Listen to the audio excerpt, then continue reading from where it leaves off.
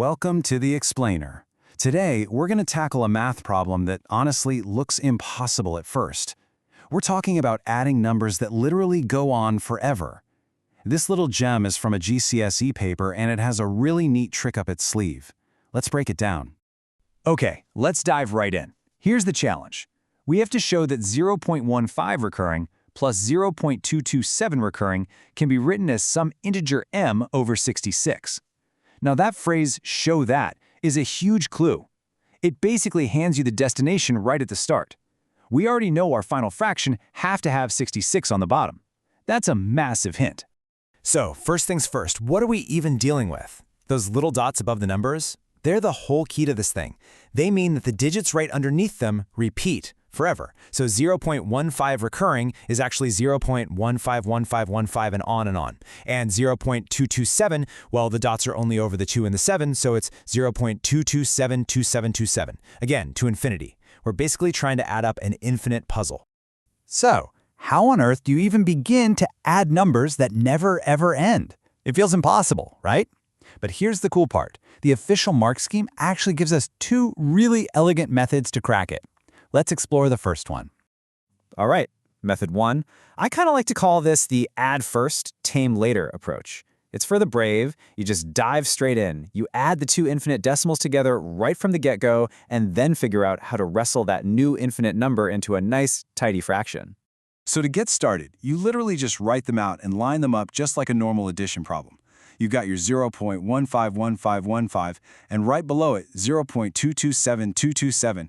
Just remembering, of course, that those numbers stretch out forever. And when you add them up, you get a brand new recurring decimal, 0.378787, and on it goes. Now, you got to be careful here. See that pattern? The 3 at the beginning is just a one-off. It's the 78 that repeats forever. So our new mission is to trap this infinite decimal and turn it into a fraction. And this is where we pull out the secret weapon. This is the core principle, taken right from the mark scheme. The whole trick is finding two correct recurring decimals that when subtracted would result in a terminating decimal or integer. Basically, we need to create a situation where the infinite messy bit just vanishes. So how do we do that? With a little bit of algebra. Let's call our number x. So x equals 0.3778. Now watch this. If we multiply it by 10, we get 10x, which is 3.7878. Okay, now what if we multiply the original x by 1,000? We get 1,000x equals 378.7878. And there it is. Do you see it? The bit after the decimal point, it's identical for both of them. That's exactly what we needed. Now for the magic trick. We subtract the smaller equation from the bigger one. So 1,000x minus 10x.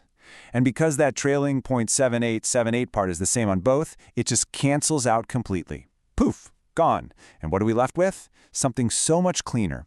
990x equals 375. And from here, it's pretty straightforward. To find x, we just divide 375 by 990. Now that fraction looks a bit chunky, but once you simplify it all the way down, you get 25 over 66. And there it is. We've hit the target format. Method 1 done and dusted. Okay, let's look at the second method. This one's a little different. I'd call it convert first, add later. It's maybe a bit more methodical. Instead of jumping into the messy addition right away, we're going to tame each of these infinite beasts into a fraction first. Then, all we have to do is add two nice normal fractions. First up, let's handle that 0.15 recurring. We're going to use that exact same algebra trick. We'll let x equal 0.1515. To get the repeating parts to line up, we multiply by 100. That gives us 100x equals 15.1515. Perfect. Now we subtract the original x from that. The 0.1515 part disappears, and we're left with 99x equals 15. And just like that, our first decimal is now the fraction 15 over 99. We can simplify that, right? Both are divisible by 3, so that gives us 5 over 33. One down. Okay, on to the second one, the 0.227 recurring. We'll call this one y. This one's a little trickier because of that first 2. We still need to find two multiples that give us the same stuff after the decimal point. Let's see. If 10y is 2.2727 and 1000y is 227.2727, bingo! They both have that .2727 ending. We subtract them, the infinite part cancels out, and we get 990y equals 225. So that gives us our second fraction, 225 over 990. This one simplifies down quite a bit, eventually getting you to 5 over 22. So look at what we've done. That big, intimidating problem is now just this, adding 5 over 33 to 5 over 22. So much more manageable. Now, to add these, we need a common denominator. And hey, remember that clue from the very beginning of the question? It told us the answer would be something over 66. Well, what do you know? The lowest common multiple of 33 and 22 is, you guessed it, 66. It's almost like they wanted us to find it. So, we convert our fractions, and that gives us 10 over 66 plus 15 over 66. And when we add those together, what do we get? 25 over 66. It's the exact same answer we got with method 1. How cool is that? This is the moment of truth, right? We see how both of these perfectly valid methods lead to the exact same place.